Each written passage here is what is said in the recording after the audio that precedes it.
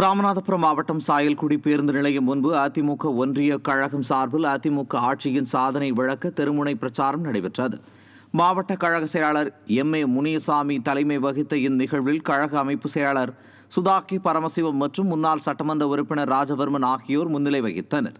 இதில் அம்மா பேரவை மாவட்ட செயலாளர் பாலசிங்கம் உள்ளிட்ட ஏராளமான கழக நிர்வாகிகள் கலந்து கொண்டனர். நாகை மாவட்டம் நாகூர் நகர அதிமுக சார்பில் உலக புகழ்பெற்ற நாகூர் தர்கா மற்றும் அதனை சுற்றியுள்ள பகுதிகளில் அதிமுக சாதனை விளக்க திண்ணை பிரச்சாரம் நடைபெற்றது.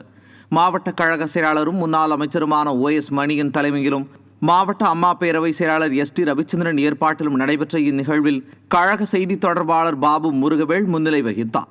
மேலும் மாவட்ட MGR மன்ற செயலாளர் பால்ராஜ், மாவட்ட அமைப்பு சாரா ஓட்டுநர் அணி மாவட்ட செயலாளர் SGS கணேசன் உள்ளிட்ட கழக நிர்வாகிகள் பலரும் கலந்து கொண்டனர்.